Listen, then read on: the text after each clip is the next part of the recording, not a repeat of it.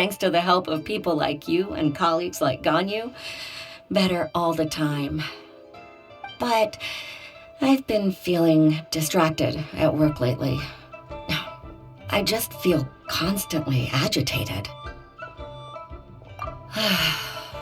It's a long story. But my father, he's thinking of stepping down from the Tianshu position due to health issues. Huh? What's wrong with Uncle Tian? Nothing specifically. He's not unwell. He says he's just increasingly low on energy these days. He's always said, old age comes for us all in the end. Still, I just can't help but feel a little emotional watching it happen to him. Anyway, my father's currently on the second floor of Yangsheng Tea House. Why don't you come pay him a visit with me? He seems very fond of you, too. I'm sure chatting with you will make him very happy. Sure, let's go.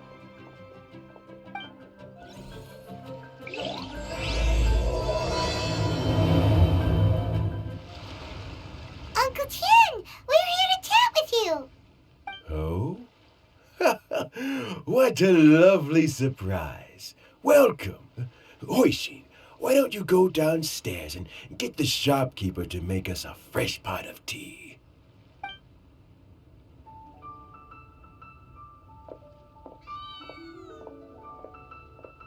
I heard that you've been traveling all over the place recently. I would very much like to hear your adventure stories. Hoishin told you, didn't she? Don't worry, I'm quite all right. It's just the years gradually catching up with me. As I grow older, I'm starting to find that with many things, though the mind is willing, the flesh is weak. Especially recently, I've noticed a rather drastic drop in my energy levels. I am still very much in good standing as the Tianshu today. Nevertheless, I wish to pass on the position before my mental acuity begins to decline beyond redemption. How difficult is it to transfer the Tianshu position? Oh, well, you see, the Tianshu is a rather unique position among the Liu Qixing. Historically speaking, the Tianshu rarely appears in public. We stay behind the scenes, planning and giving advice, so a public selection process would not be suitable.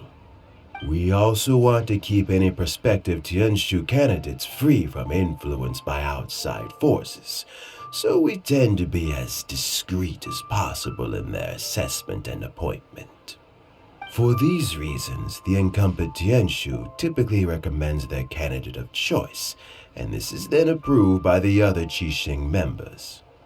So in other words, you pick someone, and then Lady Keqing, Lady Ningguang, and the other Qixing appoint them? Correct. Unfortunately, due to my health, I won't be able to assess every candidate myself. Not to despair, however, because I found someone exceptionally capable to act on my behalf as assessment officer. In fact, I believe you recently became acquainted with her yourself. Oh? Who is it? I'm heartbroken. I thought it might take you a little longer than this to forget all about me. It's Yaron! Jackpot. Uncle Tian here asked me to assess 3 candidates for him. Fancy joining me? You'll be among the first to get to know the next Tianshu. Might be a good opportunity for you. What do you think?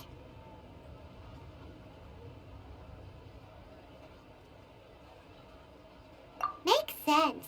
After all, whoever the next Tianshu is, it doesn't really make any difference to us. Still, Paimon's really curious to see which candidates Uncle Tian picked, so let's go take a look. All right then. Though, I gotta say, Uncle Tian, you say you're into behind-the-scenes planning? My work's of the covert variety, too. Don't you think I might make a good Tianshu? Huh? Yelan, you want to be the next Tianshu? I'm not opposed to the idea, but I suspect Ningguang wouldn't let you go very easily after how long you've been working together. So, how about this? If your investigation reveals that none of the other candidates are qualified for the position, I'll recommend you for the job. Deal. Well, you guys take your time. Everything's all set for the assessments to go ahead. Meet me on the first floor when you're ready. Until then, have a pleasant conversation. Oh, and no need to pay for your tea. As the new owner of this fine establishment, this runs on the house.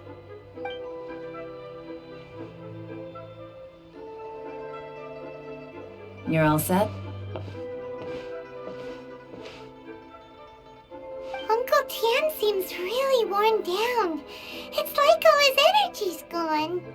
Yeah, it may sound harsh, but Uncle Tian is past his prime. He's not cut out for this anymore.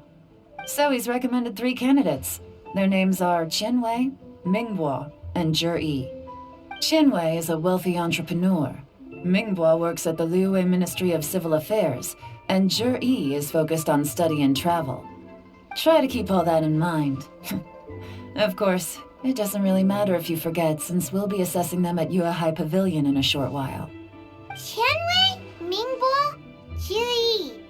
Paimon should be able to remember their names, but what does the assessment involve exactly?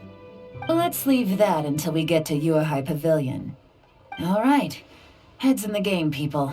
The stakes don't get much higher than a change in the Qixing. We can't afford to miss anything, no matter how small. Got it. We'll keep our eyes wide open. My legs are getting sore. What is wrong with this assessment officer? This is a huge occasion and I don't even get a chair. I've dealt with all kinds of people in my time, but never have I been made to stand while I'm waiting for an appointment. Oh, I think it's fine. That's called being complacent.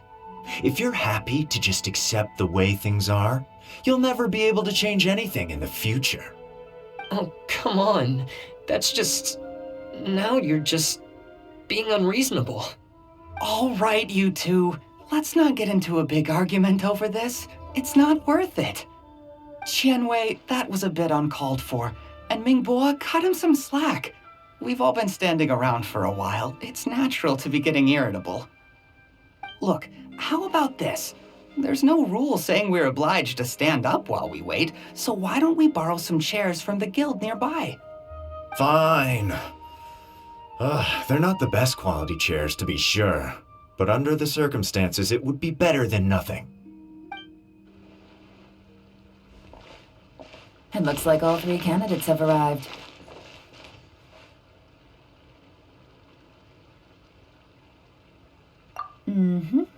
We'll meet them formally soon. Before that, let me run you through the assessment process. I've split it into 2 stages: current affairs and planning, and face-to-face interview. In the first stage, candidates are required to submit a manifesto for Liyue's development. In the second stage, we will ask them some questions in person. Writing a manifesto takes time, so I informed them of this requirement in advance. These are the reports they submitted. Wow. One of them is really thick. It's also worth mentioning a stipulation I gave them. Whoever is appointed as the new Tianshu will be expected to implement their plan as put forward in their manifesto. Failing the occurrence of some cataclysmic event, they will not be permitted to change their plan. Therefore, these 3 piles of documents in front of us represent where each candidate stands on key policy issues. There's still some time. Have a skim through, get a first impression of what each person's proposing. I'll be waiting off to the side. Just let me know when you're done.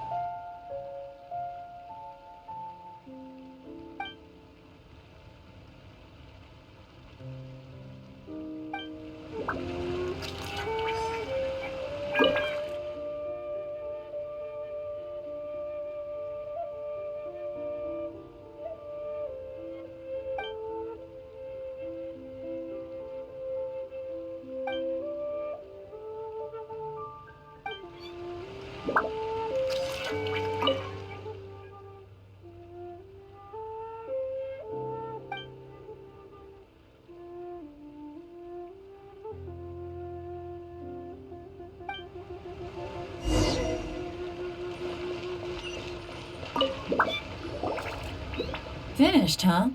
What did you think? Everyone took it very seriously. Of course they did. They have the chance to be picked as the new Tianshu, so you can bet they're putting their best foot forward. And keep in mind, whoever gets in has to execute their plan as written. Nobody wants to have any regrets. That's for me to know and you to find out. We can talk more after the interviews. We'll see the candidates now. Let's do one at a time. Start with Chenwei. Yes, ma'am.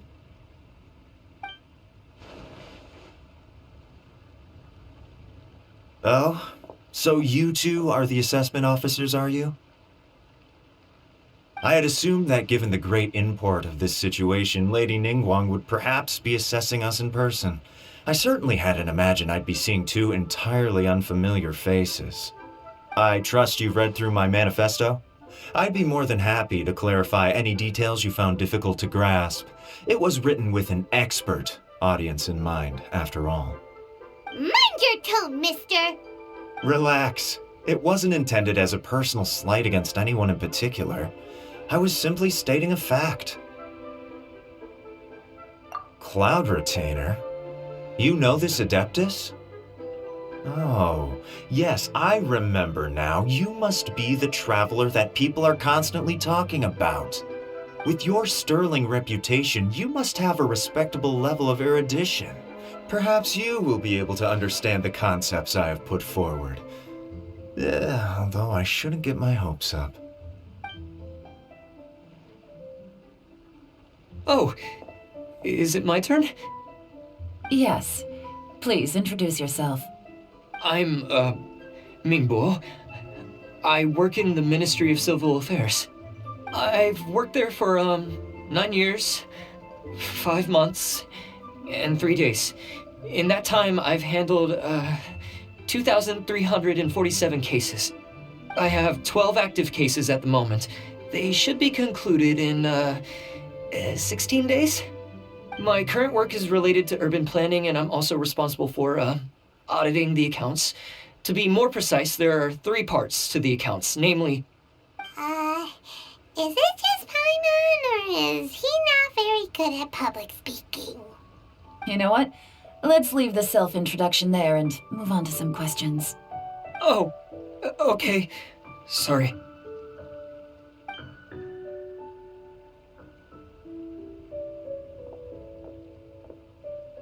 Hello. Not gonna lie, I'm feeling a little nervous. What would you like to know? You're here to assess me, so ask away and I'll answer your questions to the best of my ability. Your manifesto is very wide in its scope, but you don't seem to be personally involved in many of the specific fields. How can you be sure that you have the ability to put your plan into action? Very fair question. I completely understand where you're coming from. But I'm confident in my plan.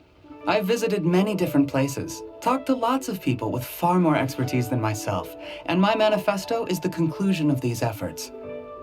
Of course, 2 different problems can be interconnected in very complicated ways, and you might reach 2 very contradictory conclusions depending on which one you're focusing on.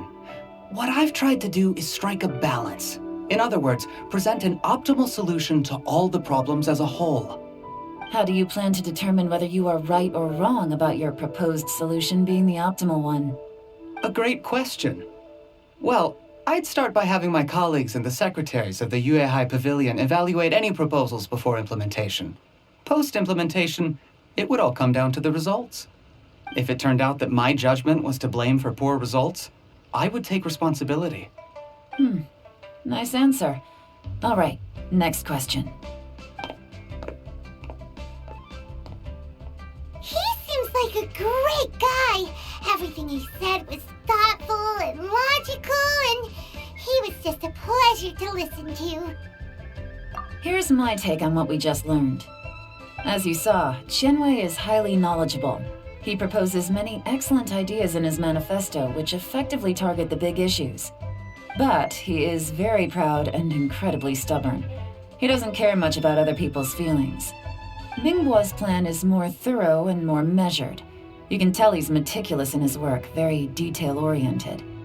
But he and Shenwei are otherwise polar opposites. Minghua is not very articulate and comes across as very timid in conversation. Perfect summary! Paimon couldn't agree more! You're good at this, Yuan. Last but not least, Jur-E. His manifesto is full of pertinent details, his methodology is sound, and his proposals cover a broad range of fields, which is quite a rare feat. The depth he goes into in each and every area means it can only be a product of painstaking work. Plus, he is modest and good at dealing with people. But what really interests me is that many of his views happen to coincide with Uncle Tien's. Having someone like Jur-E take the position would certainly put Uncle Tien's mind at rest. Great!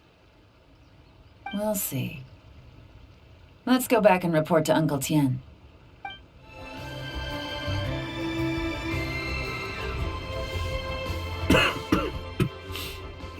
I see. Then it's more or less as I anticipated. All right, then let me ask this. The ideas in Jur-E's manifesto are very similar to your own. Is there any particular reason behind this?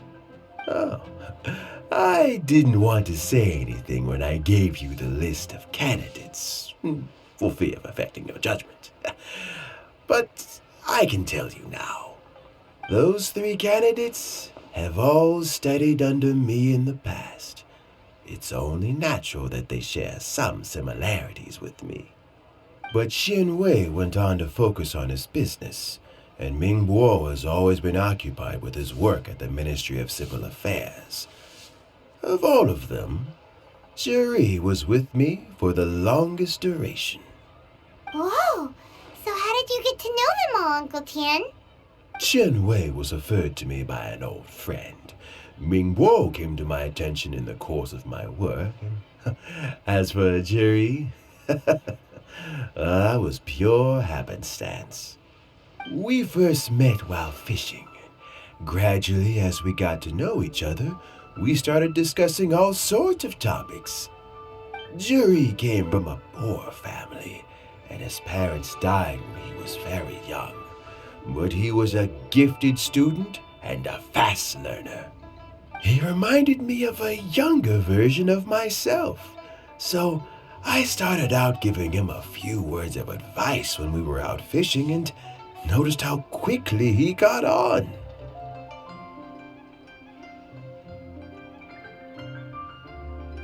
Quite. And now, all of a sudden, he's grown into a mature young man. It's a joy to see, but it also gets one thinking. The young are growing up, and I am growing old. How time flies. No one can escape the cycle of life. I don't know, Uncle Tien. You still seem in pretty good shape to me. You might have another few years of work left in you, don't you think? Oh, you. There's really no need to console me. Having less energy than I used to isn't such a bad thing. It just means I finally have a good reason to retire and spend my days doing what old men like me should be doing. Going fishing whenever I feel like it.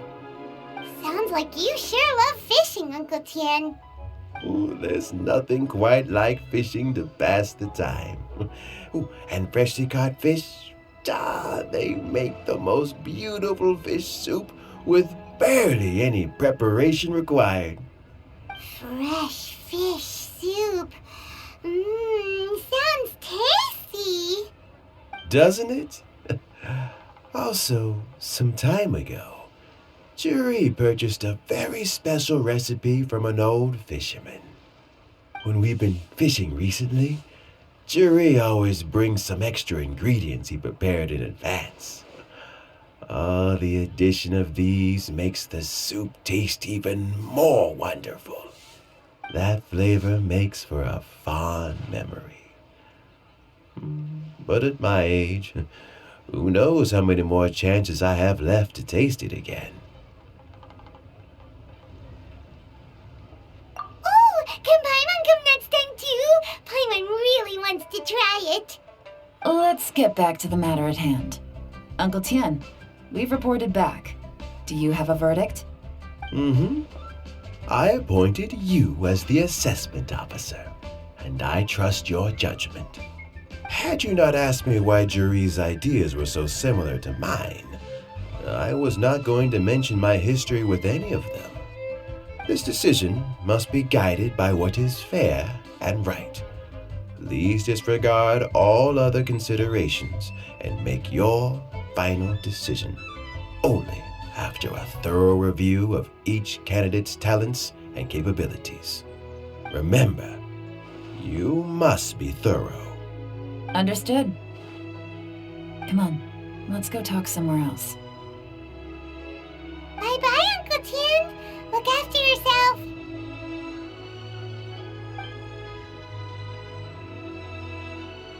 So, it's gonna be Juri, right? His manifesto was written well, and he's the best speaker. Easy. Let's not rush. There's no time limit for this assessment. Huh? So, are you gonna give them more tests or something? No, nothing like that. The assessment itself is complete. But let me give you a word of advice. Things are not always as they appear. The biggest no-no in intelligence work is to only get information from the person of interest themselves. The truth is almost always hidden beneath many layers of deception. You have to get information through many different channels.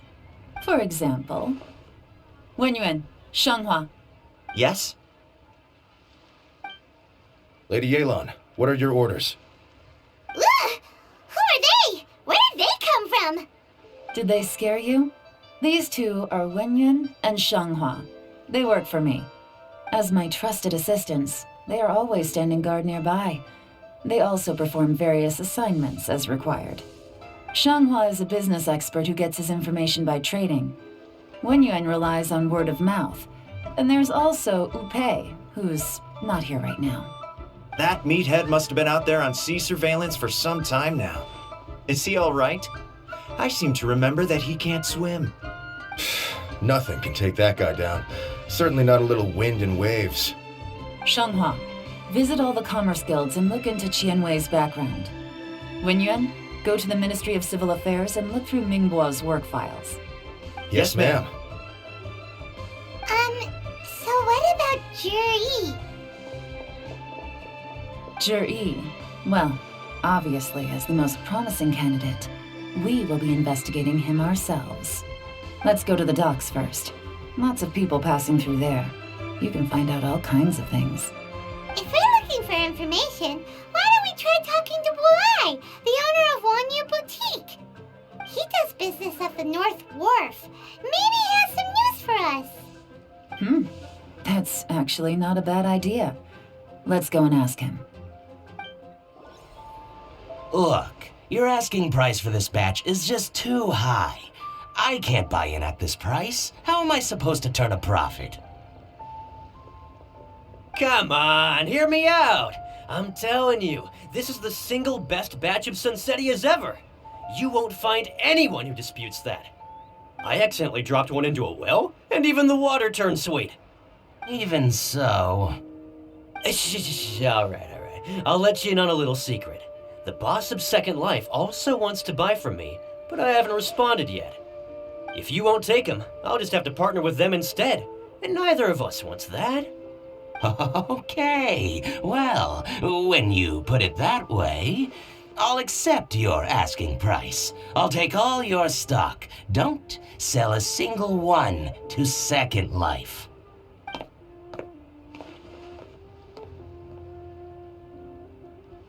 Oh, what are you doing here? And to be clear, these Sunsettias are mine. I got to them first. Don't get any ideas. Actually, we want to ask you about a guy called Juri. Have you heard of him before? Juri? Yes, he's quite well known. I've heard a story about him. They say he was born into poverty. His parents died when he was young, and he was treated cruelly by the local community. One of his neighbors was terribly rude to him all the time, but Juri never retaliated. And when his neighbor went bankrupt, He even helped support the family. He returned cruelty with kindness, injustice with peace offerings. A gentleman of talent and character, and... how did I not notice him sooner? In fact, maybe I'm not too late. If I could hire him to be the brand ambassador for Wanyo Boutique.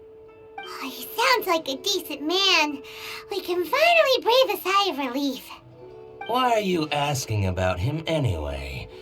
You aren't looking for a brand ambassador too, are you? Well then, in that case, the higher bidder takes the... that's Jury right over there. Why don't we go and talk to him? Where? Where? It's him, all right. Looks like he's chatting with Lin Long.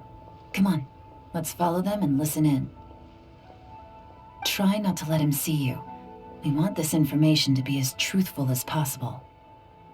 I'll just go and fetch an employment contract. And hey, don't try and cut me out of this. Hey! I understand. Let's walk and talk.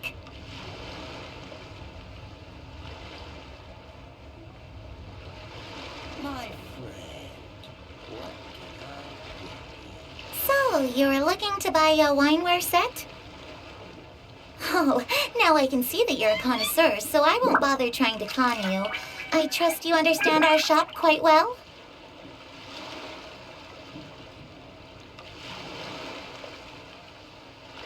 The truth is, an old friend of mine who likes to have a drink now and then. He fancies himself as a man of culture, but doesn't care for needless extravagance. So I thought I might buy him a set of high-quality fakes. How very thoughtful of you. Leave it to me, then. Come and collect it at Shigu Antiques whenever is convenient.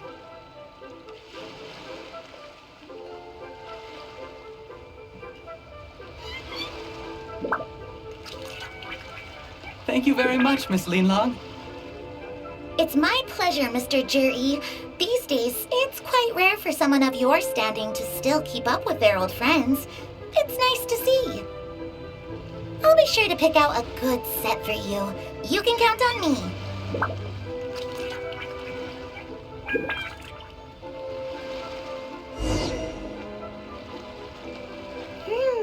Juri seems to get along really well with everyone. Are you satisfied now, Yelan? Seems like everyone thinks Juri's a great guy.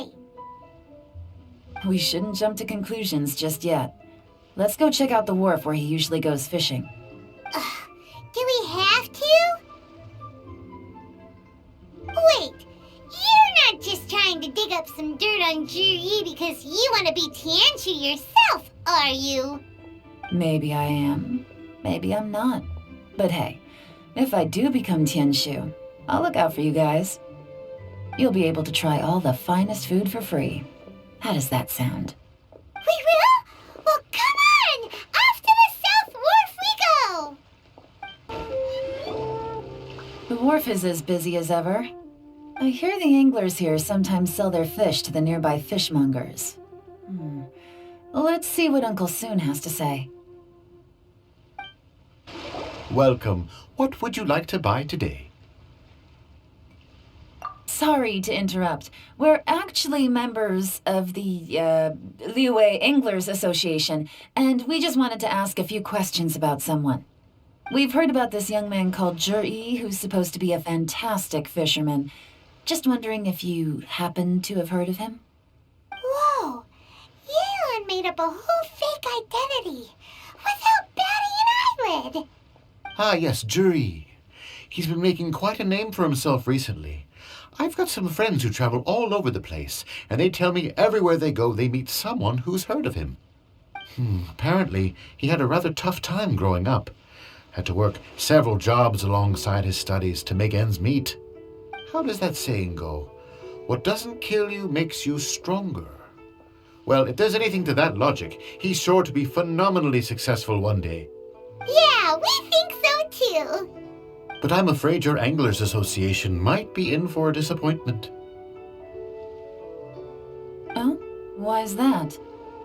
He's good at a lot of things, but fishing isn't one of them. He fishes at the wharf and sells what he catches to me on occasion. His catches are always mediocre. Not terrible, but equally nothing to write home about.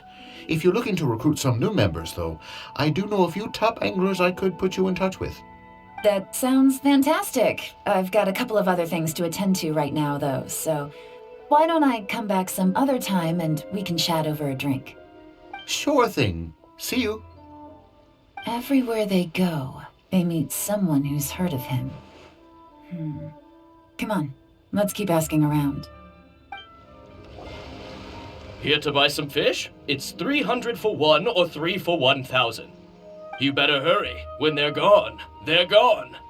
Hello, we're from the Society for Fish Price Research. We'd just like to ask a few questions. Wow, she switched identity again! Society for Fish Price Research? I haven't done anything illegal. Stay out of my business. Please, don't worry. We're just here to conduct a simple survey.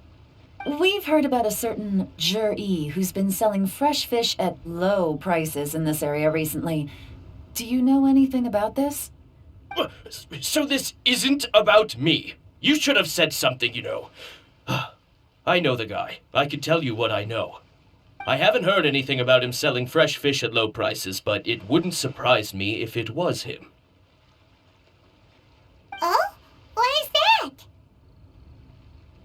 Because he's so poor. His parents died when he was very young, and his alcoholic father still owed a huge amount of debt. No one wanted anything to do with him. He was still a kid when he first came to the wharf. His clothes were ragged, and he had a bandage wrapped around his head.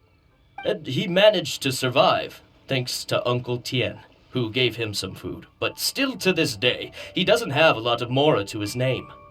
I mean, he can afford to eat and everything, but you'll often see him haggling with others over just a few mora. So, I wouldn't be surprised to find out he's been selling a few fish.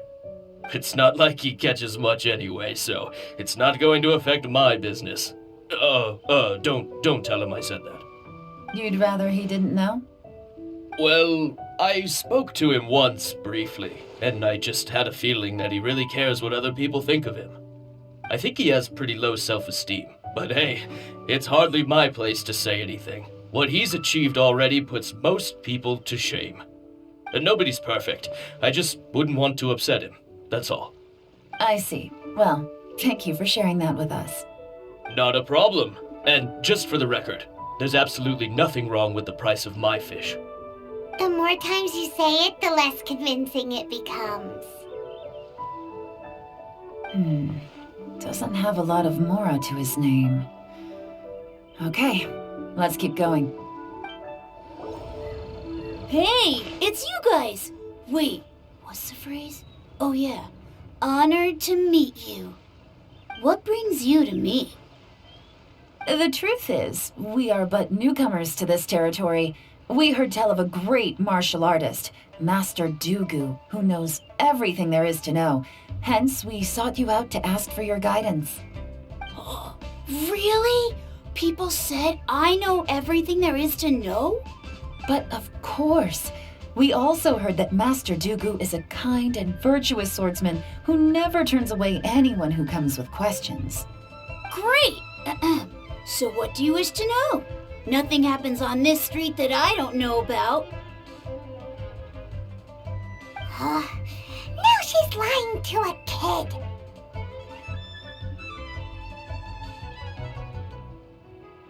So, Master Dugu, have you heard of one by the name of Jur-E? Sure have. You mean that guy that all the grown-ups are talking about these days?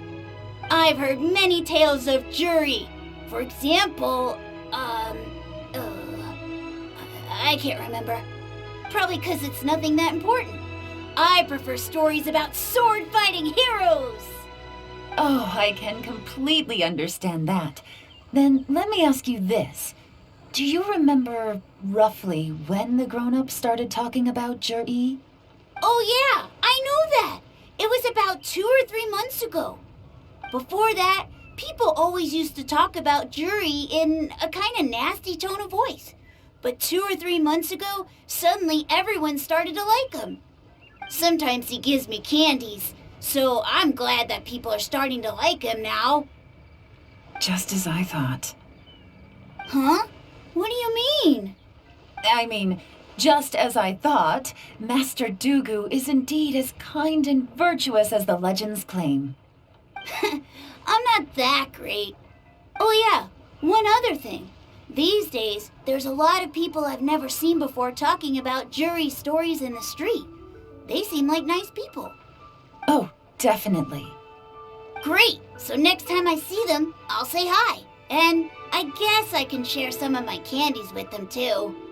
Certainly. You can also tell my friend in Yenshang Tea House about what they're up to. I'm sure my friend would also like to say hi to them. Thank you, ma'am. You're welcome. Well then, fare thee well, Master Dugu. Until we meet again. Any of that sound strange to you?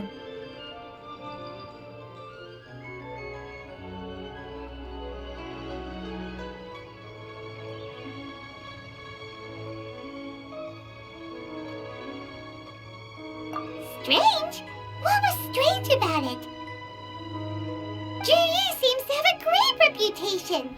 Uncle Soon and Uncle Gao spoke highly of him, and Dugu Shuo seems to like him too. True.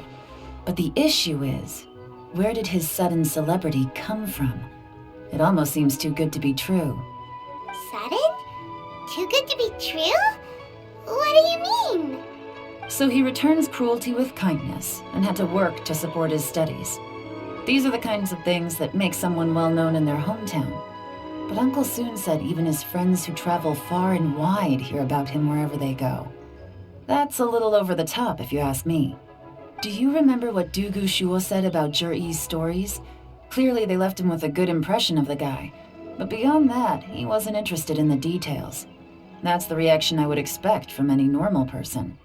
Plus, there's the fact that all this praise of Zhiyi has only been happening within the last 2 or 3 months. His childhood, his studies, the thing with his neighbor, none of these are recent events.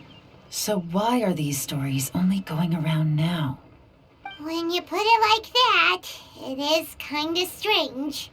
Of course, if that's all there was to it, I wouldn't look into it any further. Zhiyi was born into a poor family. Paying people to get his stories out there is within the rules of the game as far as I'm concerned. The problem is, do you remember what Uncle Gao said about him? He's stayed poor his whole life. Everything he's earned he's either spent on studying, traveling, or paying off debts. I don't think he has the mora to pay for a publicity campaign. Right, and that changes everything. It can mean a powerful faction is trying to gain influence over the Liu at Xixing. That's the worst-case scenario. But all too often, the most pessimistic speculation turns out to be closest to the truth. Someone's trying to gain influence over the Qixing? That sounds serious. What should we do? Even if we asked Zhiyi about it, surely there's no way he'd admit it. First, we need to find out who's supporting him. Don't worry, I've got a plan. Remember the current affairs and planning stage of the assessment? Since the successful candidate is duty-bound to implement their plan after taking office, their manifesto tells us their stance on key issues. Whoever is secretly helping Zhiyi must be seeking to benefit from his actions after his appointment. So, we should be able to find some hints in Zhiyi's manifesto on who we're dealing with. Come on, let's get back to Yenshang Tea House. Zhiyi's manifesto covers a huge range of topics. Looking for details that don't add up will be like trying to find a needle in a haystack. I'll divide the reports into 2 piles. You take one, I'll take the other. When we're finished, we'll put our heads together. Officially, the assessment is already over, and I'll be expected to announce the results before long.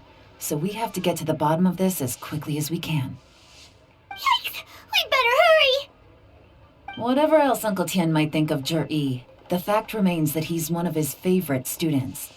Any evidence he's left is not going to be immediately obvious. We'll have to look carefully and think critically.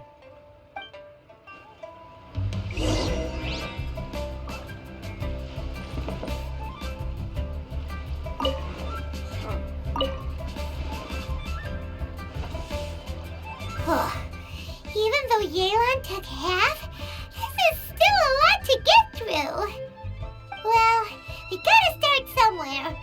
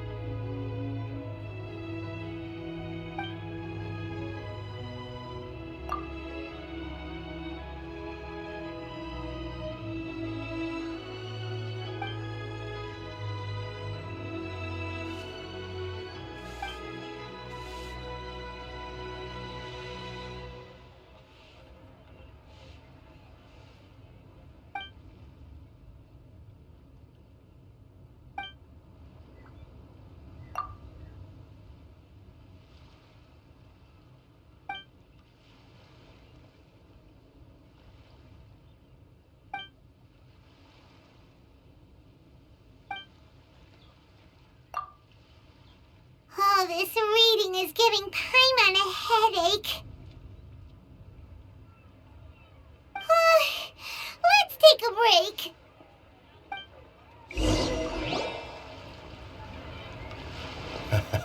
Looks like I'm the first one back, as usual. Oh, hey! It's one of Yelan's little helpers, Shenhua! If you're back, that means you finished investigating Tianwei, right? You betcha. I visited all the commerce guilds and gathered a wealth of information. Every time they asked me to leave, but I always had another trick up my sleeve. Don't drag this out. Just tell us your findings. Yes, Lady Yelan. To summarize my findings, most people who've had interactions with Tianwei will start out complaining about how proud and arrogant he is, but then go on to give a generally positive appraisal of him. The young master of the Feiyun Commerce Guild said that Tianwei appears arrogant, but he's very scrupulous in the way he works. Once he signs a contract with somebody, he treats them fairly regardless of their background. Who'd have thought? Is it possible that his reputation is fake?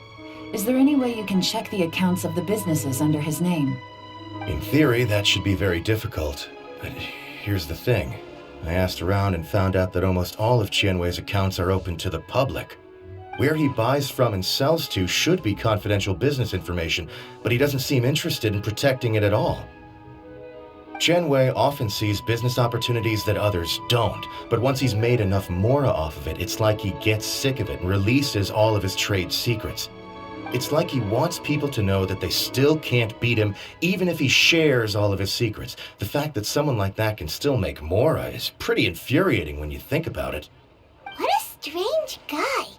It's like he's not doing business to make mora, but instead... To validate his theories. No wonder his manifesto contains so many insights.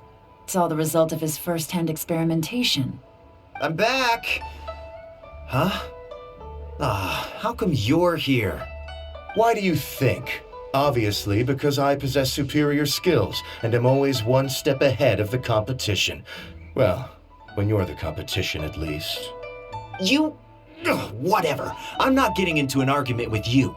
If I hadn't had something else to take care of on the way, I would have been back long before you. Lady Yelan, I have finished investigating Mingbua. Well, we're all ears.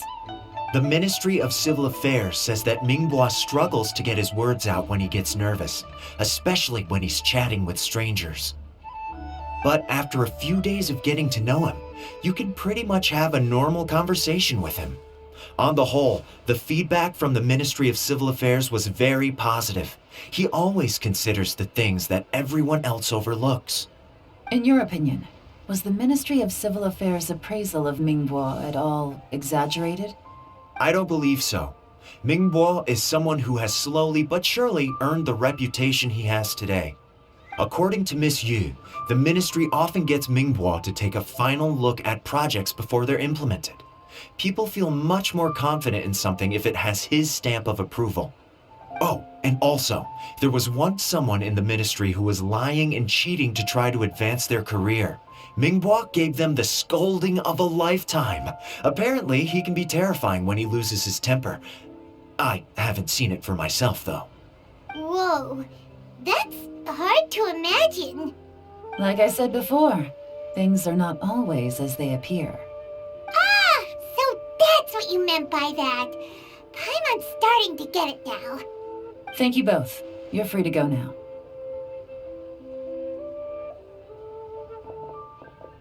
So, have you finished reading the manifesto? We still have a bit left.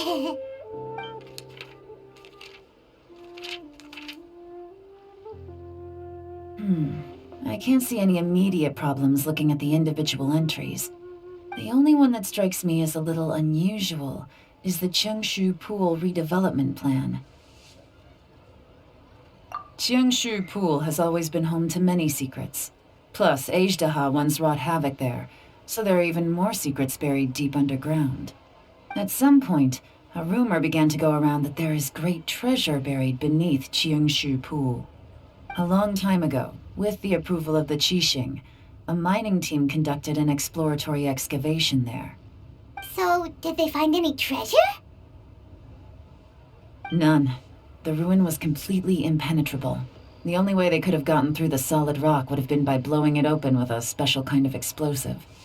The technology wasn't mature enough at that time, so the excavation project was shut down and the treasure became a mere legend. Zhi-Yi's manifesto focuses on solving problems, and this treasure hunt seems extremely risky. It seems out of step with the rest of his plans. Still, this one fact alone doesn't tell us much. Everyone wants to get their hands on this treasure. The treasure hoarders, the Fatui, even local Liyue factions. Did you find anything? Excavation? Project? Treasure? Did we read anything similar in our half of the manifesto? Oh yeah! Juri said the Blackcliff Forge workers should get right of first refusal if any suitable projects come up. Did he now? Well, that makes everything much clearer.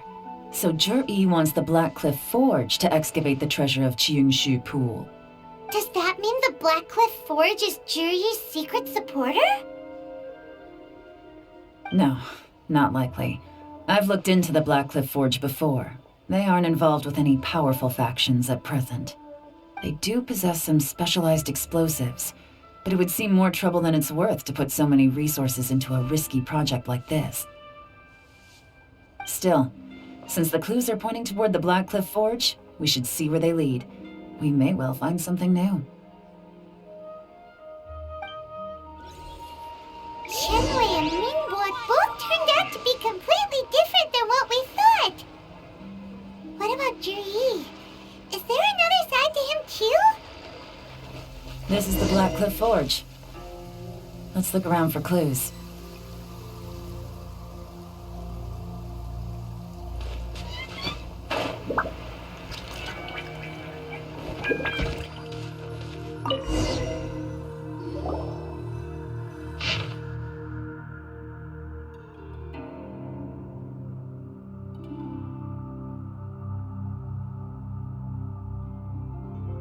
What's this? A diary? From the back, it looks like a ledger, but it seems they also use it as a site log. We don't know who wrote it, but it's interesting, don't you think? These newcomers, who could have sent them? You think they're suspicious? Yes. Look, it says right there, one of them's already been promoted to team leader. At this rate, by the time the Chengshu Pool redevelopment plan is ready to roll, they'll be the technical backbone of the team. That'll give them the chance to take a lot of liberties. They can copy any secret texts or steal any treasure they find underground. Imagine if we didn't suspect anything. By the time Jur-E recommends the Blackcliff Forge for the excavation project, at most we would maybe do a fresh background check on the place. No red flags if all they did was change some key staff. And even if we decided to vet the staff individually, they'd have had more than enough time by then to come up with fake identities. That's the advantage of planning this far in advance. It was a clever move. When you put it like that, it all makes sense.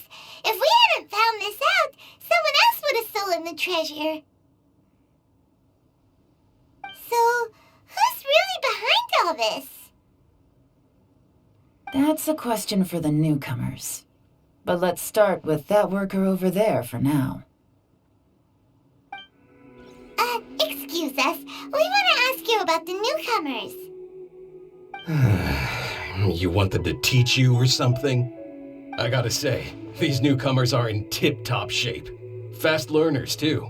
They're picking up all the skills unbelievably fast. My only complaint is that they're always going out drinking at night, but they never let us join them. I guess they just need some time to adjust. I'm sure we'll get to know each other over time. They go out drinking. This area isn't exactly renowned for the nightlife. I'm guessing it's a long trip to the nearest tavern. You got that right. They tell me they go all the way back to Liyue Harbor to drink at Wanmin Restaurant. It rained after work today, so they actually stuck around at the site for a while. But as soon as the rain stopped, they went out drinking again right away. Hey, you're only young once, right? I say, if they can hack it, let them at it. Interesting. Let's go talk somewhere else.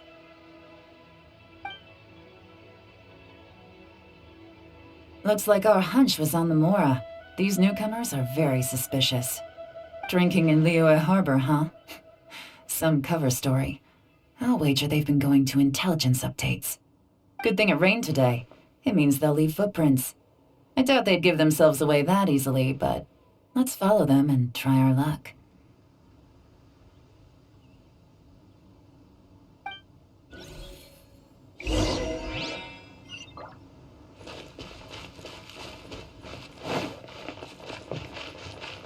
They went that way! Hurry, we gotta catch up!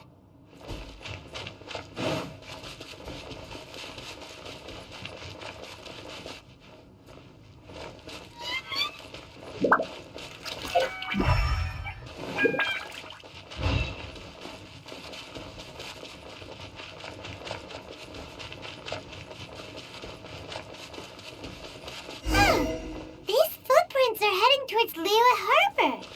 Maybe we were wrong about them.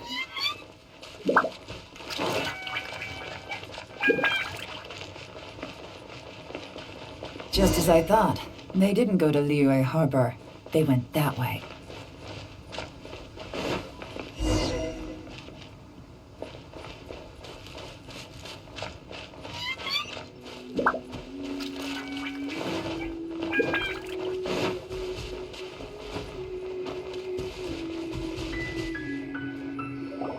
The footprints stop here.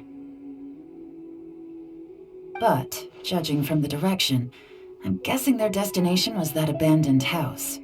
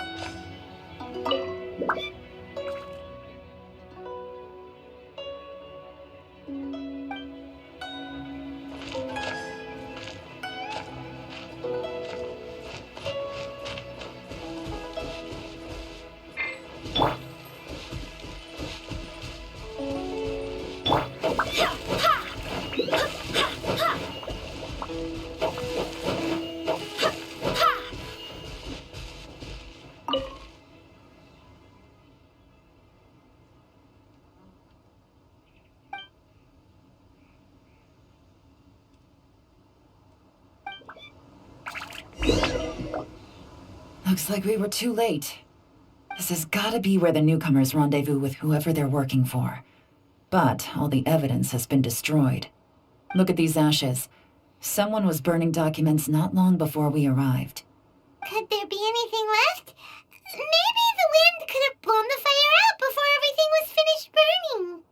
The odds of that are very slim. It's practically impossible. I've checked.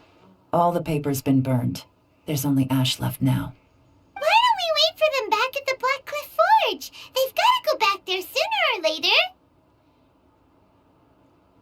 We can't count on that. Clearly they were based here at one point, but it's mysteriously abandoned now. To me, that says that whoever's behind this has moved them somewhere else to throw our investigation off course. Darn! Guess this is where our trail runs cold. Make no mistake, the purpose of our trip wasn't to find any solid evidence. We just need to figure out who's behind Jur-E. I smelled something peculiar the moment I came in. Those newcomers probably thought they'd be safe as long as they burned the letters. But what they failed to consider is that paper and ink from different regions produce different odors when they're burned. Really? Paimon can't smell anything. Do you smell anything? There is a certain place with a freezing cold climate where there's nothing but ice as far as the eye can see. Some wealthy people there put floral fragrance in their ink as a way of injecting a little romance into their writing. When that fragrant ink is burned, this is the exact odor that it leaves behind.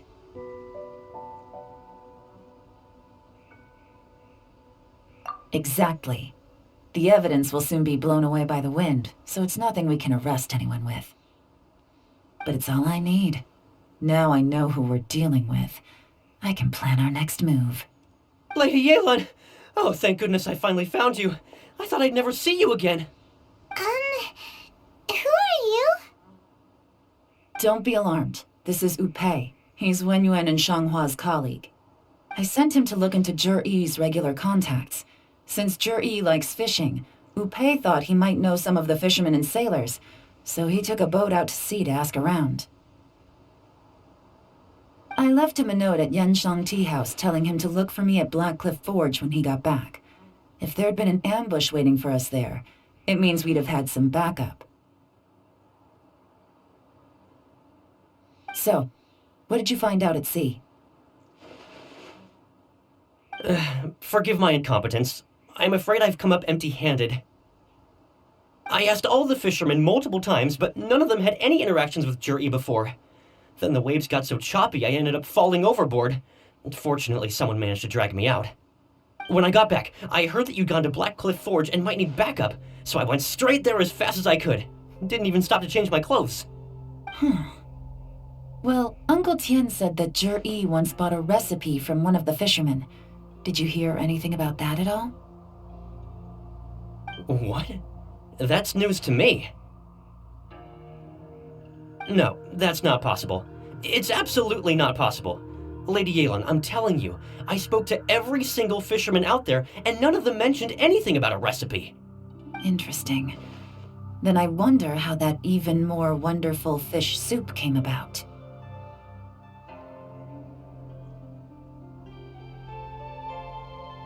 Fish soup? What fish soup? Nothing. Our priority right now is to find a way to get our hands on some solid evidence. Well, any suggestions?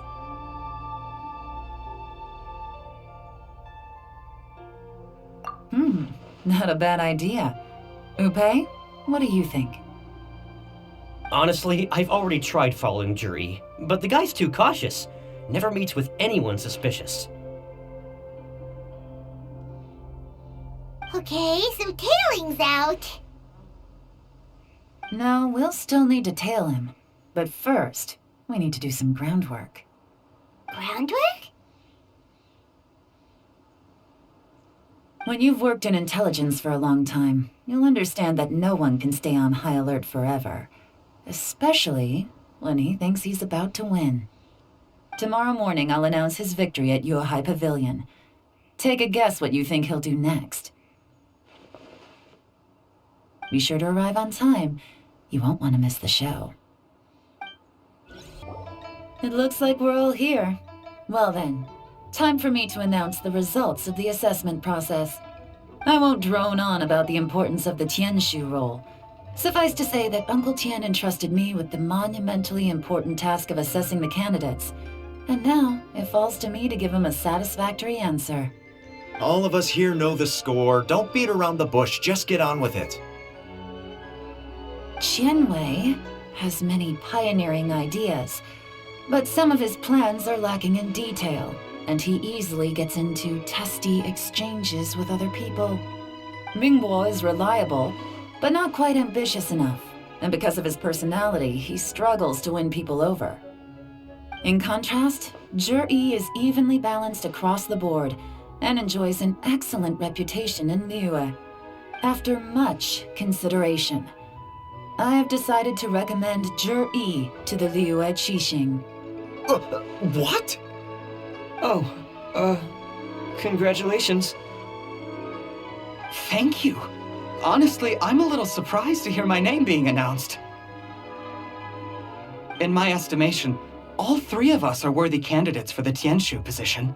As your competitor, I've become keenly aware of your great talents.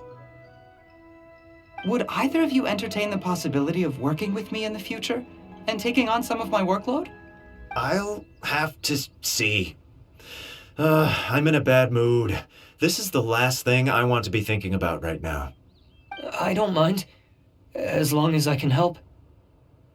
Okay, well, that's all from me. Zhi, you'll have some preparation to do. It won't be long before you're informed of your official appointment. I hope you will work hard and make Uncle Tian proud. I will live up to the Tianshu name. On this, you have my word. I should go. I need to pack my things, and then I think a celebratory meal is in order. Would anyone like to join me? Count me out. I'm not in the mood for a celebration. Zhi seems pretty relaxed now. This would be a good time to follow him. Hey, Traveler, tell me something. What exactly does that guy have that I don't? If you can't answer that, I'm not accepting this result. I, also wouldn't mind knowing. Oh no, if we get stuck here, we won't be able to leave! Follow him. Yes, ma'am.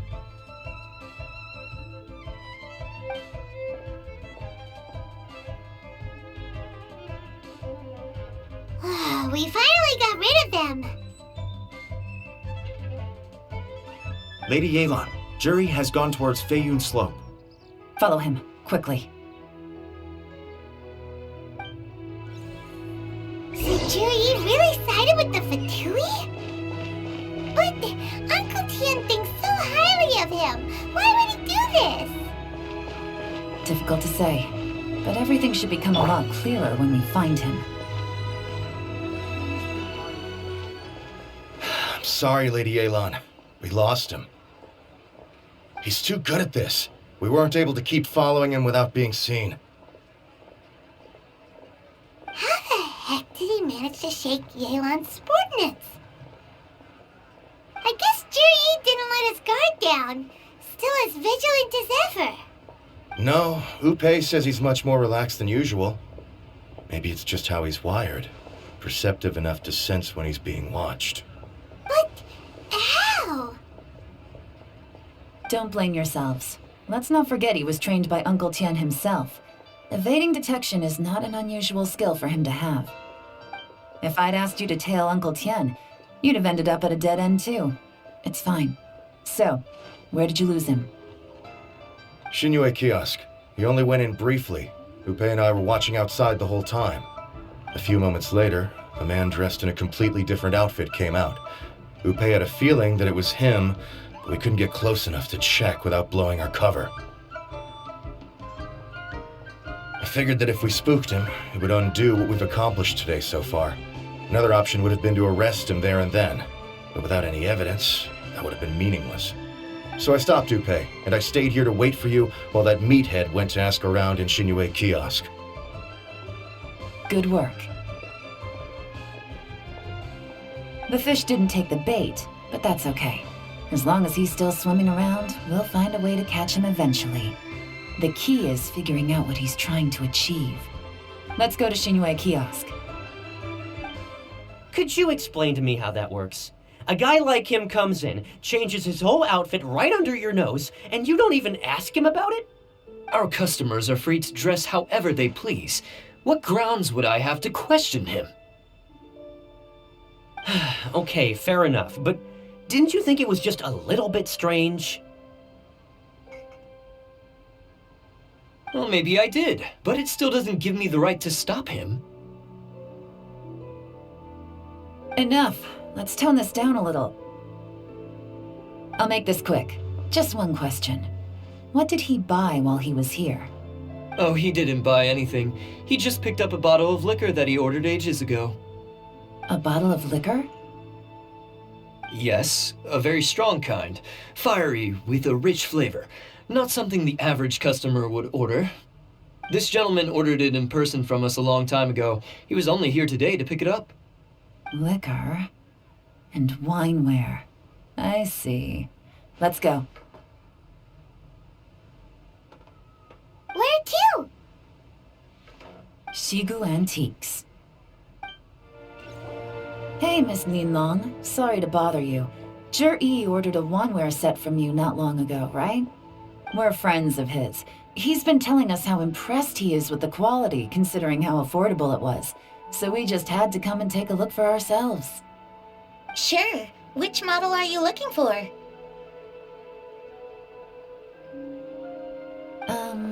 We don't really know a whole lot about wineware. Let's just go with Zhi's choice. Would you be able to show us the one he bought? Zhi picked up his set not long ago. As a quality imitation of an antique wineware set, it has the look and feel of a luxury item. Just so you're aware, we don't have many of this model left in stock, and now that Mr. Zhi has taken one, I'm afraid it may encourage the price to go up a little. Don't worry, price shouldn't be an issue. I'm sure we can work something out. But I'm just a little hazy on one thing. Did Zhi's wineware set include wine glasses, or...? For this set, the wine glasses are sold separately. Minimum purchase is 1 glass, maximum is 4. Mr. Zhi bought 2. Okay. Thanks, Linlong. Seems there's a little more to buying wineware than I first thought. We'll have to mull it over. Well, don't take too long. We could sell out any day now. All right, see you next time.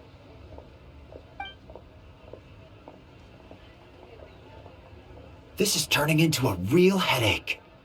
I'd just like to point out that we have the self-professed Grand Master of Fieldwork here to thank for being wholly incapable of tailing an ordinary civilian without being seen. It's not like you did any better. My specialty is information trading, okay? I don't have the physical agility. What's your excuse? Fair point. Yelan, so has the plan failed? Oh, if we can't figure out where Zhi went, there's not much we can do. But why was he buying liquor at Xinyue Kiosk anyway? To celebrate? If so, it's no ordinary celebration. What do you mean? First of all, Zhi isn't much of a drinker. On some level, he hates alcohol because of what it did to his father. If he was just looking to celebrate by himself, he wouldn't spend his meager savings on an expensive bottle of alcohol, let alone buy a pair of special wine glasses. No, this is a victory feast, held in honor of Zhi's private sponsor. Whoever this person is clearly enjoys hard liquor and has a very high status, hence the need for expensive-looking wineware. Now, where might we find Fatui who match that description, I wonder? Fatui officials. Should be either the Snezhnayan Embassy or the Northland Bank. Have both locations surrounded. Take as many people as you need. Lady Yelan, is it time for us to make our move? If so, you can count me in. Get with the program, would you? This is a covert surveillance operation. Zhi may be vigilant, but that doesn't mean the same is true for his drinking buddy. In which case, we don't need to change tactics. Just change who we're following. Great idea! So we just need to find out who Juri bought that liquor for and follow them instead. But Lady Yelan, if we get caught, this could become a major diplomatic incident. I'm well aware, but don't you see? Jur-E is gambling everything on this.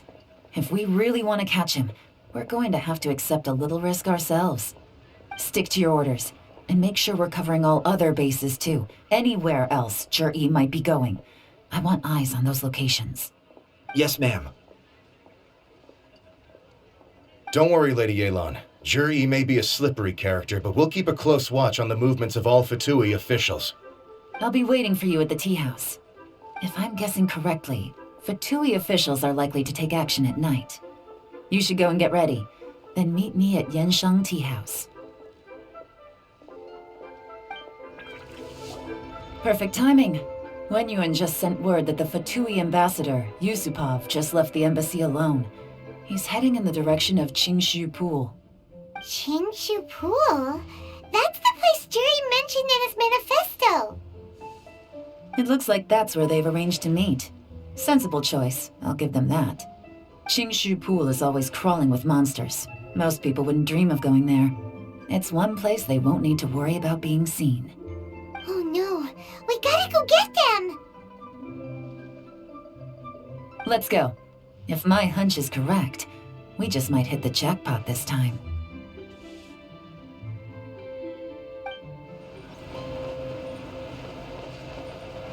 This is Qingshu Pool, full of ruins, crawling with monsters. Anyone with any sense steers well clear of this place. I've looked into the place before. There's a worker's entrance somewhere around here. Follow me.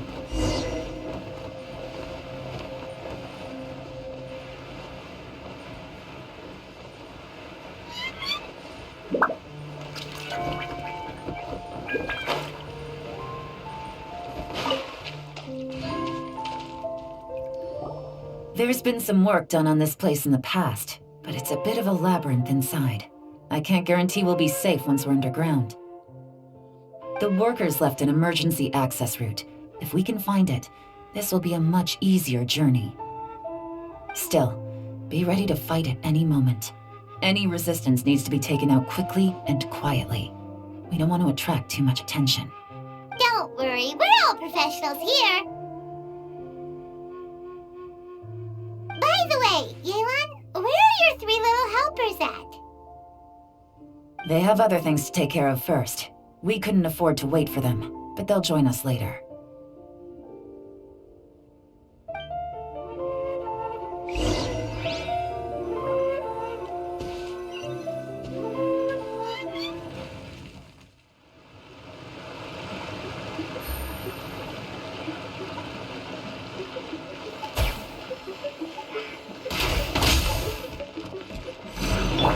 This is long overdue. Access denied. Nice and spicy. Born of ice and frost.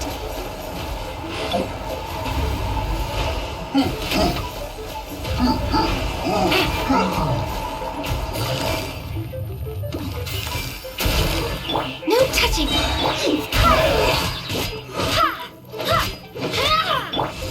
As I expected, but this shouldn't be too much trouble.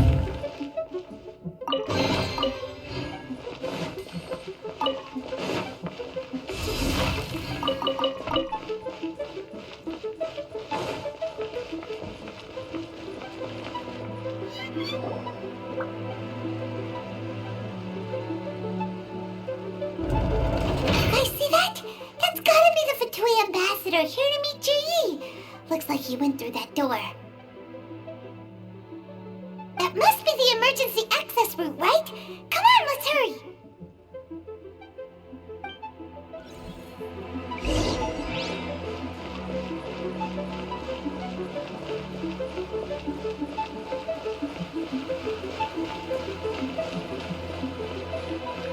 This is the construction workers' emergency access route, but it's closed tight. Trying to break through would be risky. Let's see if we can find another way.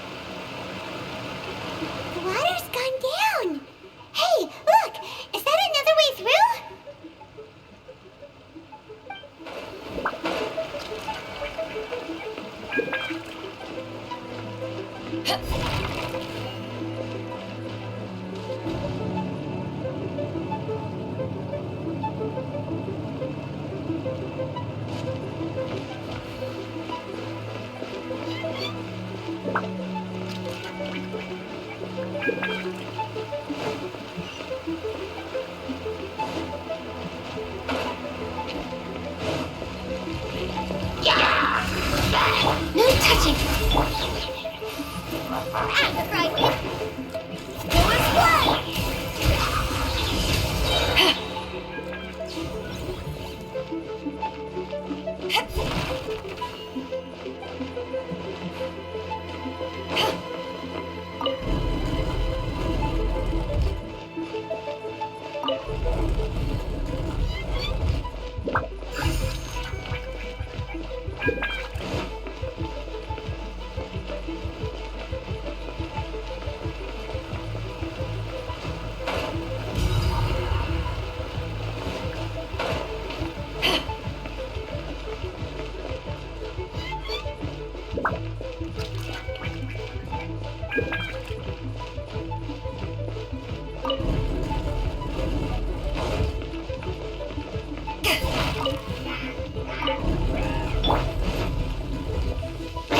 All hail!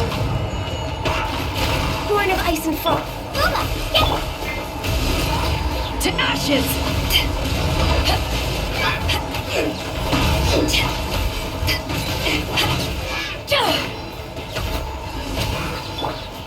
Access denied.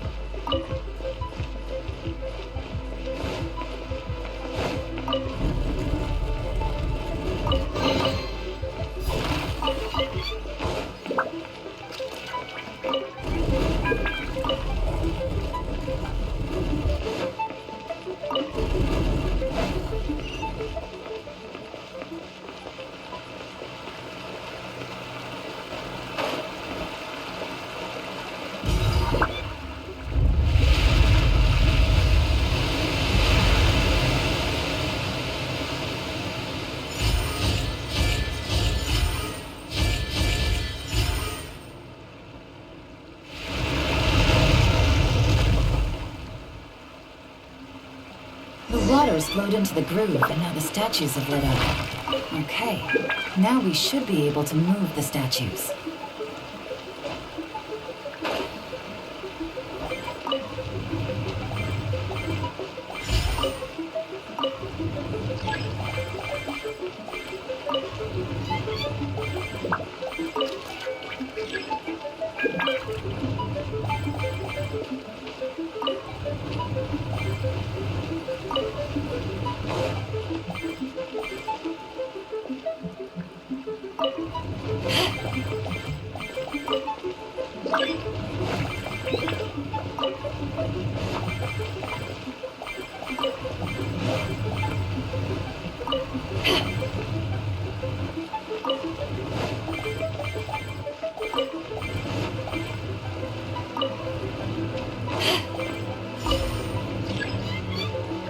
The door is open. Let's go. We should be nearly at the bottom now. Let's wrap this up.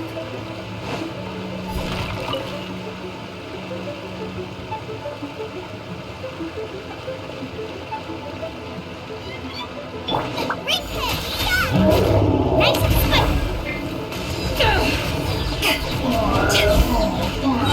Power of the ended high shot.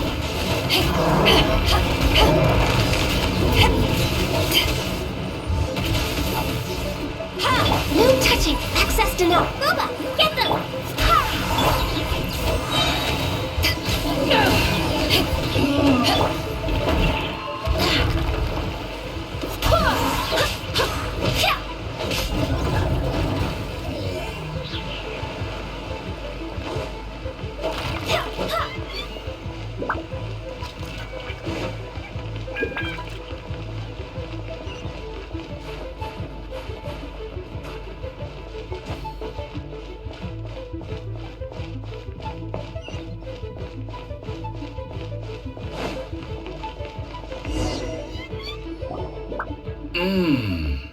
I can tell from the aroma that this is very fine liquor indeed. I'm impressed.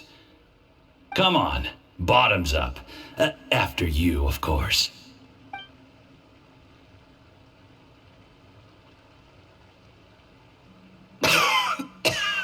Oh, sorry, that went down the wrong way. I've never drunk anything this strong before. It'll take me some getting used to. You'll get there.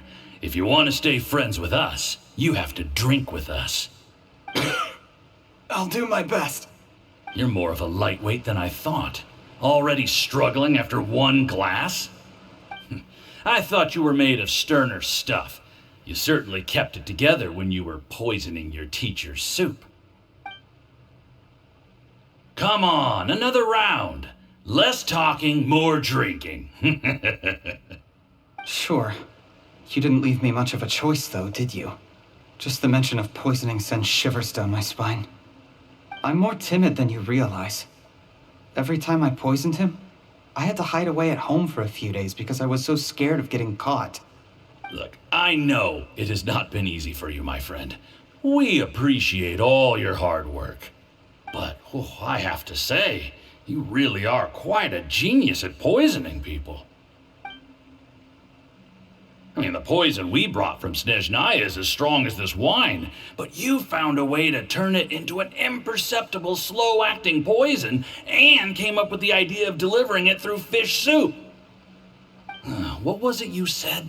Oh, yeah. You said the soup's fishy flavor neutralizes the pungency of the poison, and this process even makes the soup tastier as a result. How did you think of that? It struck me one day when I was fishing. I'm lucky it did. Otherwise, I'm not sure I would have been able to fool Uncle Tien. You have performed excellently. The Fatui will continue to provide the support you need to consolidate your position as Tien Shu. Of course, this is as long as you continue to do as we instruct. Aside from Qing Shu Pool, we also have some other requests for you, which we will inform you of in due course. Don't worry. Whatever tasks you have for me, I will perform them diligently. Did you hear that? It was poison!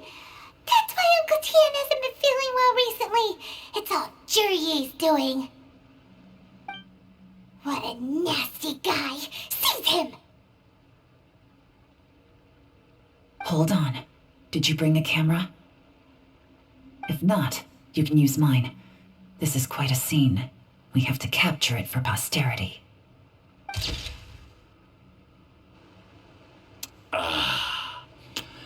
Excellent liquor. We've, seen no progress on the diplomatic front, and everyone has been eyeing up the treasure of Qingshu Pool. It's been a real headache for me. But soon, everything will be taken care of, and I can report back on a successful mission. Thank you, Juryi. I remember when I first saw you. I knew right away that you would make a good partner for us. Hey, do you still remember what I said to you? How could I forget? You said a lowly commoner like me could never be seen as a serious candidate for the Tianshu, no matter how hard I work. The only way is for you to shine bright in the Tianshu's darkest moment. I think you were absolutely right. Yes. Under normal circumstances, the gap between you and other people could only ever grow wider over time. Just look at your two competitors. Qian Wei had wealth. Ming Bo had reputation. But you had nothing. You were just another nobody. And that's why I decided to help you. You know, there's an old saying in the Fatui. Give a starving dog a bone, and it'll guard your home for the rest of its life. Yes, I cannot thank you enough for your generous support.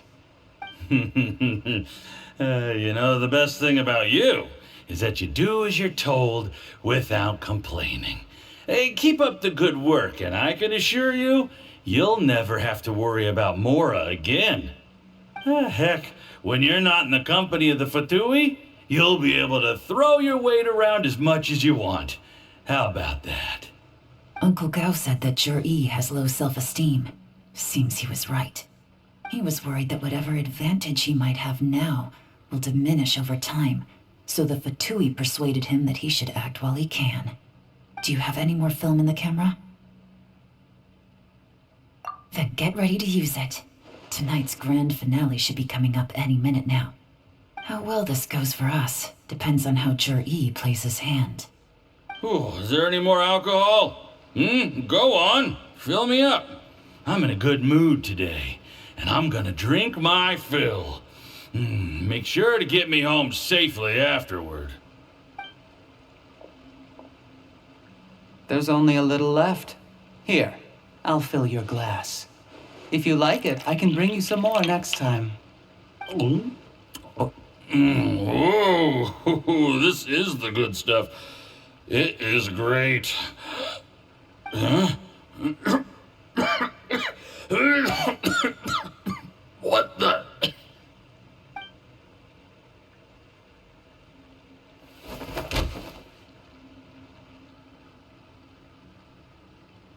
Jur-E, you poisoned my wine? But when?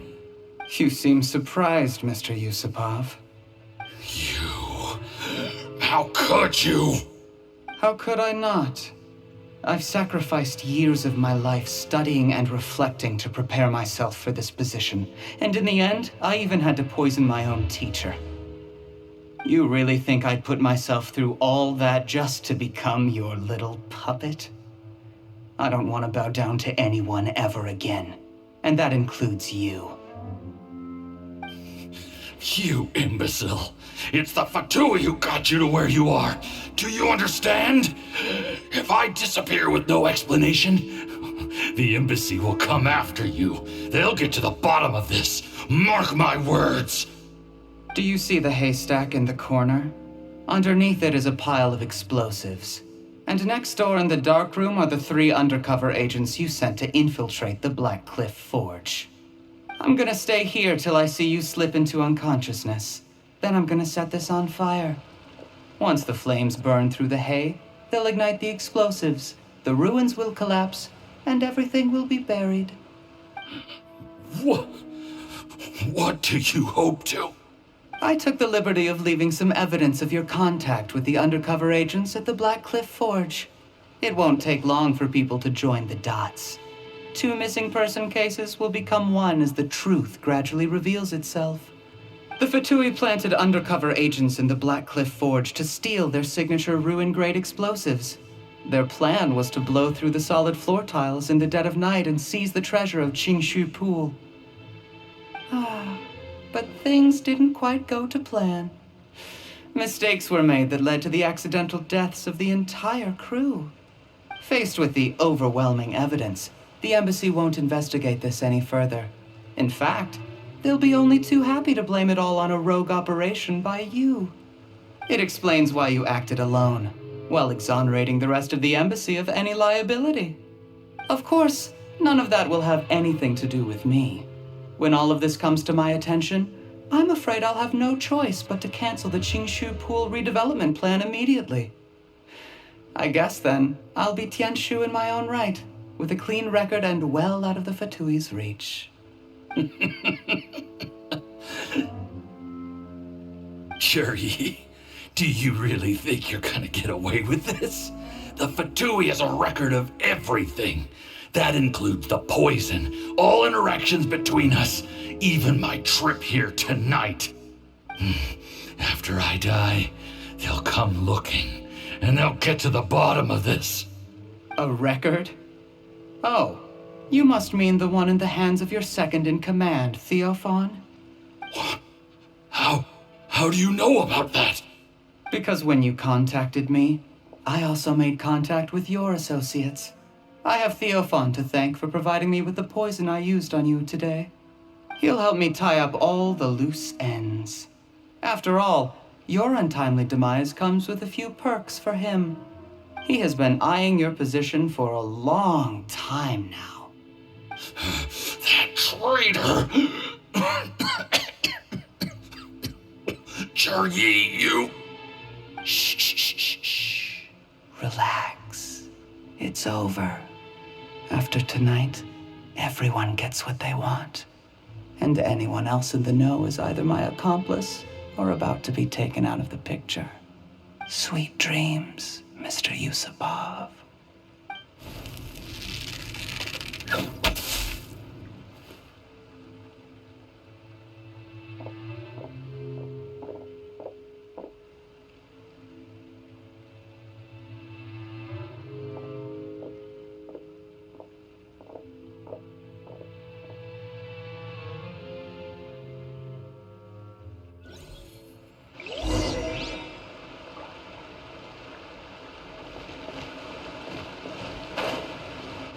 I did a little surveying on the way here and found that you'd left yourself 3 escape routes in case things went south. I have them all surrounded. If you're thinking of trying anything, save yourself the effort. The game's up. We were here the whole time and have pictures of everything. They came out pretty nicely. Want to see them? The game's up? Forgive me, I'm not quite sure what you're referring to, Miss Yelan. I happened to discover a Fatui operation here, so I approached them on the pretext of joining forces and eventually brought them down from within. If it pleases you, Miss Yelan, I'd be only too happy to have you join me in investigating this matter. This is how you want to play it, huh? Fine. You do you. All we need to do to convict you is establish that the poison in his system is the same as in Uncle Tien's. Nothing else you wanted to add? Let's leave it there then. Time to go. One wrong move and it all comes crashing down. I should have been more careful. You followed him here, didn't you? I was so focused on keeping myself out of sight, I forgot he was a potential liability. Let's talk about this, Yelan. I gave you my word that I would live up to the Tianshu name, and that much I can still guarantee. Your point being? When I take office, I can guarantee that I will act in your best interests. In fact, all of you here tonight can expect very generous treatment in the future. I don't deny that I used underhanded methods to get here. But given my lowly origins, what other choice did I have? You still don't get it, do you? Even now. What do you think?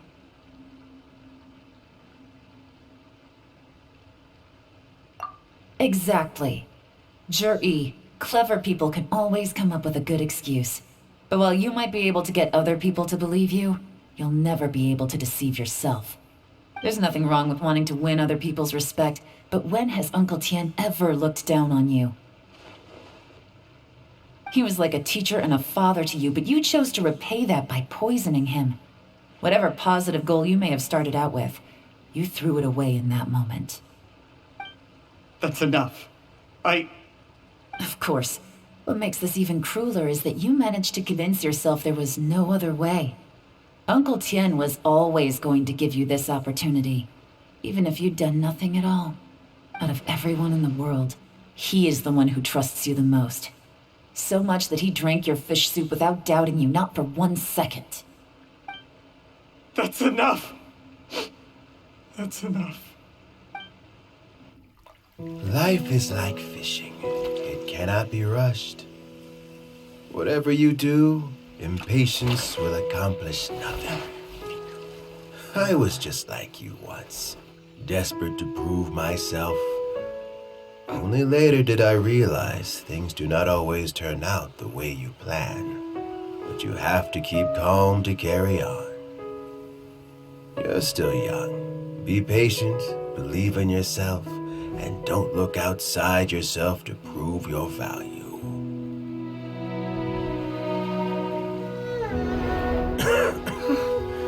Where's Jury these days?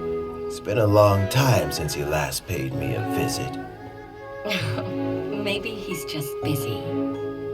Well, next time, if he doesn't bring a pot of piping hot fish soup, don't let him in.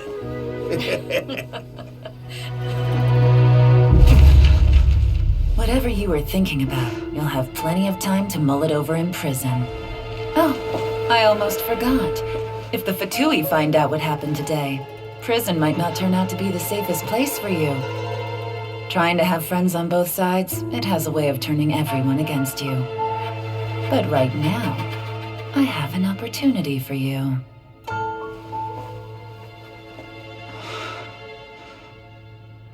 Huh?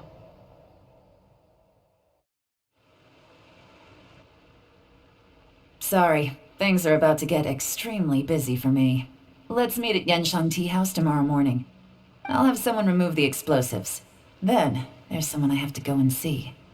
Need our help with that? No, it could be dangerous. You should leave this one to the professionals.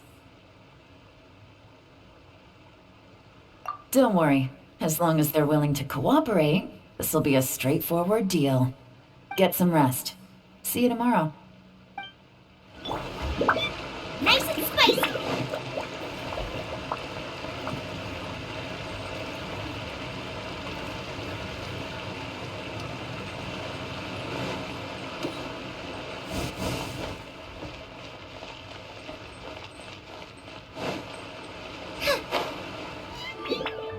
There is now no poison left in his system, but recovery from the damage already done will not happen overnight. Dr. Baiju, is my father going to be... You needn't worry too much. Keep taking the prescribed medicine every day, and a full recovery will take at most 2 to 3 years. It's good we caught it in time. A few days later, and the toxin would have built up in the internal organs. At that point, things would have been much more serious. How did they successfully secure such a seldom-seen poison? It seems the Fatui are extremely resourceful.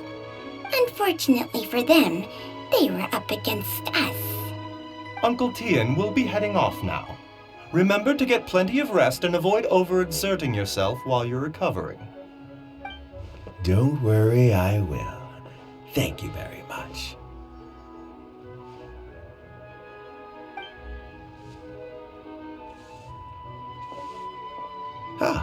You're here too? Thank you for all you've done to resolve this situation. I'll have to make some tea in a moment. You simply have to try it. Yes, the exhaustion seems to have gone. My mind is steadily getting clearer again. Luckily, it looks like choosing the Tianshu's successor is suddenly not such a pressing issue after all. Hey, Yelan! My work is mostly wrapped up, so I thought I'd take a minute to check in here. The assessment process comes to an end here, Uncle Tian. In my opinion, Zhi is not suitable for the position. But Qianwei and Mingbo both have potential. You have my gratitude. People can change their loyalties easily. I've always known this. But whenever it happens, it's still a dismal experience. Is it just Paimon, or is Uncle Tian not that surprised? Don't underestimate Uncle Tian. He wouldn't have appointed me as assessment officer if he hadn't had his doubts about Zhi. Normally, the Yuehai Pavilion would be responsible for assessing the candidates. Isn't that right, Uncle Tian? Yes, to be quite honest, I wanted to trust him unreservedly. But I have to be responsible with the position of Tianshu. When I first met Zhi, I wondered if he had approached me with a hidden agenda. So I secretly investigated him. I concluded that he had no ulterior motives whatsoever. He just saw me as an ordinary fishing friend. In the end, even he changed. But when did it start? I never had any plans to recommend him directly, but I always intended to give him the chance to compete on a level playing field. Family background and fame mean everything to many people, but I don't attach great importance to them. I had no reputation to speak of when I first became Tianshu. I relied on Ganyu's assistance for all manner of things. What I really admired about Juri was his intelligence and resilience. I have to admit, he's a smart guy, and very cautious. The intel suggests that the Fatui saw him as very low risk, but Juri was still extremely careful with the poisoning. He chose that specific liquor from Shinue Kiosk because the fiery flavor would mask the bitterness of the poison, and he chose to wait until the Fatui official was drunk and had his guard down before delivering it to him. He also installed a secret compartment in the wine pot he bought to hold the poison. As the amount of liquor went down, he'd shake the pot to release the poison from the compartment into the liquor. Afterwards, we also found he had an antidote on him. Had the Fatui official grown suspicious, Juri would have drunk the poisoned wine himself, and then found an opportunity to take the antidote shortly afterwards. But that's still really dangerous. Yes, had he drunk the poisonous wine, he still would have faced serious health consequences despite taking the antidote. He didn't hesitate to put himself in harm's way to achieve his goal. How is Juri now? Well, I mean, he's sitting in a jail cell. Like Yanfei says, everyone who breaks the law has to pay the price. Still, he's cooperating. He didn't turn down my offer to strike a deal. I'll make sure there are plenty of guards around to keep him safe from anything the Fatui might be planning. A deal? Does this have to do with what you said to him when you arrested him? Yes, Juri's not the one I'm interested in. If he was as far as this went, I'd have handed the case off to my subordinates as soon as I realized. But once the Fatui became involved, things got a whole lot more interesting. I thought I might have the chance to catch a big fish. Well, did you? Almost. Unfortunately, it slipped off the hook at the last second. Uncle Tian, Yelan, what are you talking about? Paimon doesn't understand. Jur-E colluded with the Fatui to try and secure the position of Tianshu. Or, to put it the other way around, the Fatui made an attempt to interfere in the Tianshu selection process. With Yusupov in our hands and a statement from Jur-E, we could afford to continue with a diplomatic offensive. Also, we'd be able to gain control of Theophan, Yusupov's second-in-command. Then we'd have a pawn in the ranks of the Fatui. Pawns like this can be major assets. They open up all sorts of new options. Why else did you think I was investing so much time and effort into this case? So, okay, well, did your plan succeed? We got halfway. The first part went off without a hitch, and we passed all the information on to Lady Ningguang. But when we tried to make contact with Theophan, he was gone, along with all the evidence. The Fatui must be spying on us. Otherwise, they'd never been able to respond so quickly.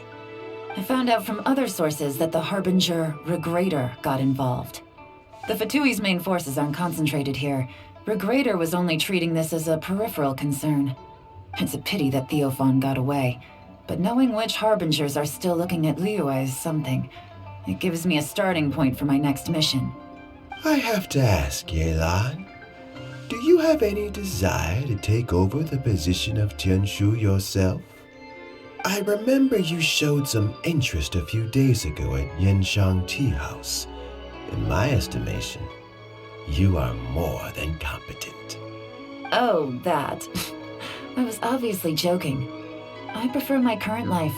There's danger and there's excitement. Although it'd still be a behind-the-scenes role, as Tianshu, I wouldn't have the chance to get involved in anything truly clandestine or face any real danger. All right, I'm done here. Time for me to go. I'm heading off again in a few days and I still have to prepare. Where are you off to this time? As you might have guessed, it's for me to know and you to find out. But I'm sure if you keep going as you are, getting yourselves involved in other people's business all the time, you're sure to get caught up in another misadventure before too long. Maybe I'll see you the next time danger beckons. Until then, keep your wits about you. A lot of people are watching you for a lot of reasons. If you have any more questions, just ask Uncle Tian. After the recent turn of events, I'd say he owes you one, wouldn't you?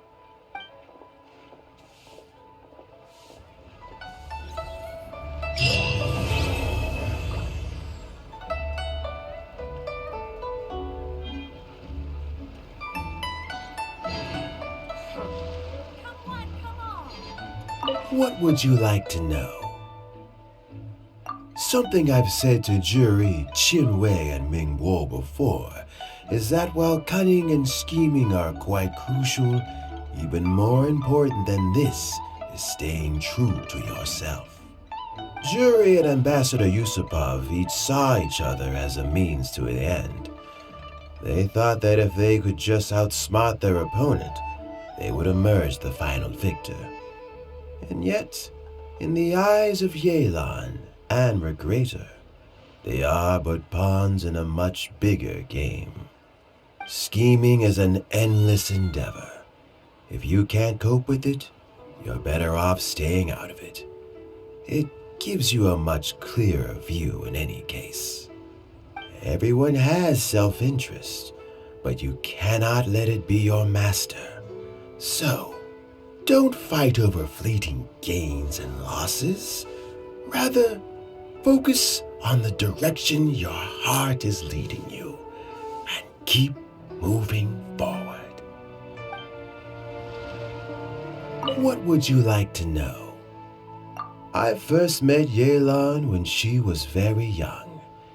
Even back then, she was extremely tough, and she kept her cards close to her chest. An old friend of mine once privately commented to me that Yelan is always smiling, but never with her eyes. She is a very dangerous person. Something of an exaggeration in my view. At least, I know she would never hurt the people she trusts. What would you like to know? Regrator is the 9th of the Fatui Harbingers, though likely the first among them where wealth is concerned. However, his wealth is not a mere question of how much more he has to his name. He has a very unique understanding of wealth, and what he's planning may very well shake the world to its core. Beyond that, I don't have a lot of information about him. If you need to know more in the future, you can ask Ningguang. What would you like to know? As Yelan says, now that I'm on the mend, I should have another few years worth of work in me. During this time, I plan to gradually hand over my duties while mentoring some new candidates. That reminds me. Qianwei and Mingguo are still waiting downstairs. I must go and have a chat with them shortly. So Jerry is already in prison, I guess? You think? He poisoned Uncle Tien. I still can't believe he'd do that. Why the long face? Nothing. I think it's a great shame. I always thought he's very smart. If he became Tianshu, he'd be able to accomplish many things I could never hope to. Don't feel bad. I'll admit he was a strong contender, but give me 3 years and I'll overtake him. When I become Tianshu, I'll make you my deputy. Like the sound of that? Start by working on your temperamental issues. If you can't keep your cool, your work will suffer.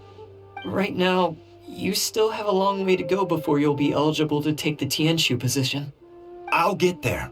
one step at a time. And then, before you know it, there'll come a day when you won't be able to find a single flaw in me or my work. First things first, though.